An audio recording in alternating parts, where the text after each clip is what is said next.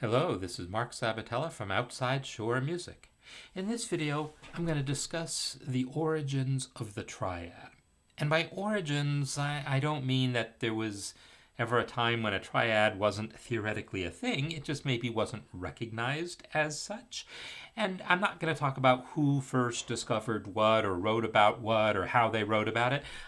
I'm going to talk about really the inevitability of the triad. The idea that if you want to have three notes that sound good together, given what we defined as sounding good together, especially during the Renaissance when this was all coming together, you discover pretty quickly there's actually only two ways of only a small number of ways, I should say, of building chords that have three notes that sound good. So what do I mean by sound good? Well, I can be quite technical about this. I mean, there are only consonant intervals. So if we have a three-note chord, the interval between the bottom note and the middle note should be consonant. The interval between the middle note and the top note should be consonant, and the interval between the bottom note and the top note should be consonant. All combinations should be consonant intervals. What are consonant intervals? Well, they are thirds, either a major third or a minor third, and then their perfect fifths are consonant, and then sixths, either major sixth or minor sixth. Those are our consonant intervals. The other ones, the seconds and the sevenths, are dissonant. Fourths have a special quality to them, what's the general rule of thumb that was followed in the Renaissance and really in some ways, is carried through today, is that fourths are at least unstable when they involve the bottom note, the bass note. A fourth above the bass note has a certain instability to it. Fourths in the upper voices are fine. So let's just kind of take for granted that that is the mindset that people had in the Renaissance, because it was. So let's talk about now how many ways we can build three notes that are totally consonant against each other. All right, I'm going to start with C because, well, let's just start with C. I can put a major third above it. That's consonant, right? What else could I have? Well, I could have a G above that, right? That would be a perfect fifth above the C and a minor third above the E. Both are consonant intervals. So consonant, consonant, consonant.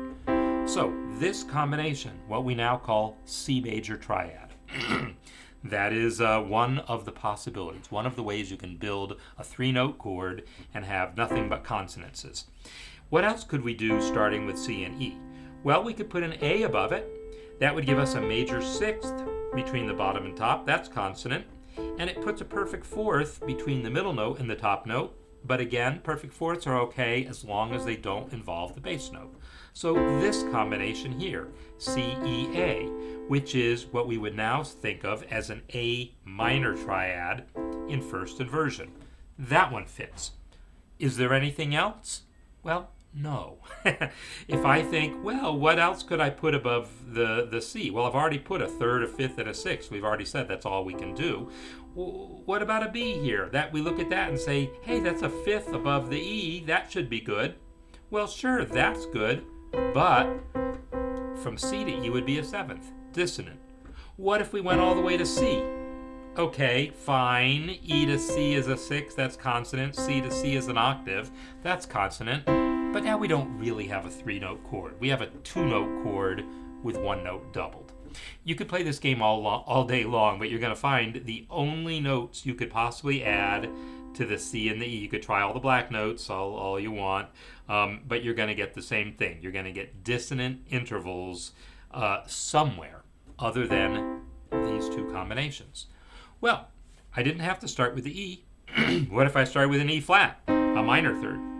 Well, I'm going to have essentially the same combinations now. I can put a G above it, so I have a minor third, a major third, and a perfect fifth, all consonant. Or I can have C, E flat, A flat, minor third, perfect fourth on top, which is okay, minor sixth here, that's all good. So we get those combinations. And again, play all day long, you're not going to find any others. I should mention one other thing. You might have been thinking this, what if I put a C and an E, that's a major third, and then an E and a G sharp, that's a major third, and then it gives me from C to G sharp. Is that consonant or not? Well, C to A flat is consonant. C to G sharp, C to A flat is a minor sixth. C to G sharp is an augmented fifth. That's a little different. So you could ask, does this matter? And we could get into all the acoustics of why G sharp and A flat are different notes in theory and talk about that, but we're not going to worry about that. We're just going to accept that for now we have found all the consonant combinations. It's this, the C major triad, the A minor in first inversion, and then C minor triad and A flat major in first inversion. So what we find here is that the only consonant combinations of three notes are major and minor triads, either a major triad in root position like this, minor in root position, or major triad in first inversion, which is what we have here, or a minor triad in first inversion, which is what we have here. So the only fully consonant combinations of three notes are major and minor triads in root position or first inversion. So when I say that the discovery of the triad was kind of inevitable, well, if you're going to try to write three-part harmony and you're trying to avoid dissonances, you're going to find these combinations over and over again.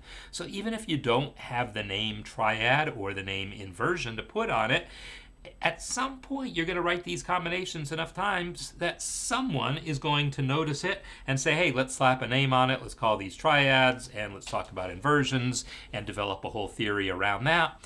That is exactly what happened historically, but my point is that this is not an invented concept. It's really inevitable given the desire to create three-part harmony with no dissonances.